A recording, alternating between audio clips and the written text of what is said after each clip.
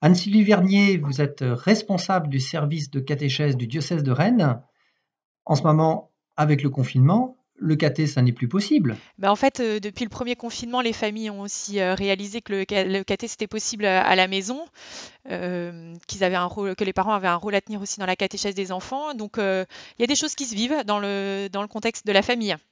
Alors, quels moyens concrets vous avez pu trouver pour soutenir ces familles? Alors, les groupes de caté, ont eu pas mal d'initiatives, qui se sont lancées, entre autres, des groupes de caté en visio, par exemple, qui peuvent être des temps de lancement et puis, retrouver l'équipe. Et puis après, sinon, avec le service de catéchèse, on a lancé des initiatives sur Facebook, qui est pas mal utilisé par les parents et qui permet justement de leur donner des éléments, voilà, à voir en famille avec les enfants ou bien pour eux-mêmes. Alors, sur Facebook, comment utilisez-vous Facebook pour donner des idées? Alors Facebook, on a calé des rendez-vous quotidiens sur notre page Facebook. L'idée, c'est d'avoir un rendez-vous à 7 heures pour pouvoir prier en famille avec un petit temps de louange, un chant un peu punchy qui nous aide à nous lever du bon pied. Après, on a une parution à 10 heures qui est plutôt pour les catéchistes, pour pouvoir se nourrir autour de la pause café avec le nouveau directoire pour la catéchèse. Vers 16 heures, c'est plutôt pour les enfants, l'heure du goûter, le goûter autour des héros de la Bible. Donc on trouve un héros à chaque fois différent. On a vu Abraham, on va voir Moïse cette semaine et puis la semaine d'après encore Samuel. Des vidéos, des bricolages, des chants à faire en famille, voilà plusieurs choses qui viennent nourrir la famille, autour, de personnages bibliques. Et puis le soir, à 19 heures, un temps pour prier en famille, de manière un peu différente de d'habitude, un signe de croix gestué, une parole, une prière avec les 5 doigts de la main, enfin voilà, plusieurs éléments qui aident, à vivre des choses dans le cadre de la famille. J'ai vu que vous faisiez aussi des vidéos pour présenter certains de ces thèmes. Comment vous procédez?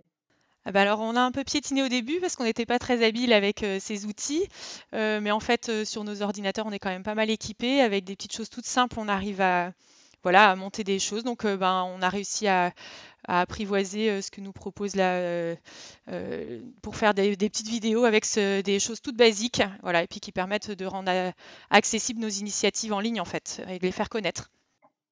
Et puis j'ai entendu parler d'un autre projet, je crois que c'est plutôt pour l'Avent, avec un catéchiste assez particulier.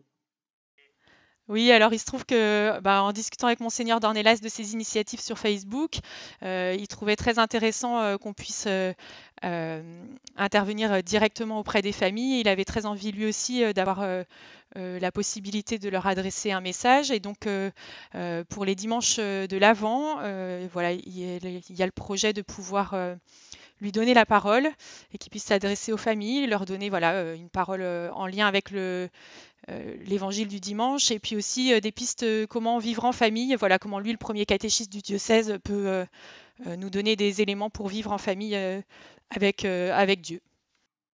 Et pour terminer, est-ce que vous pourriez nous donner une petite astuce pour bien vivre ce confinement dans le cadre du caté?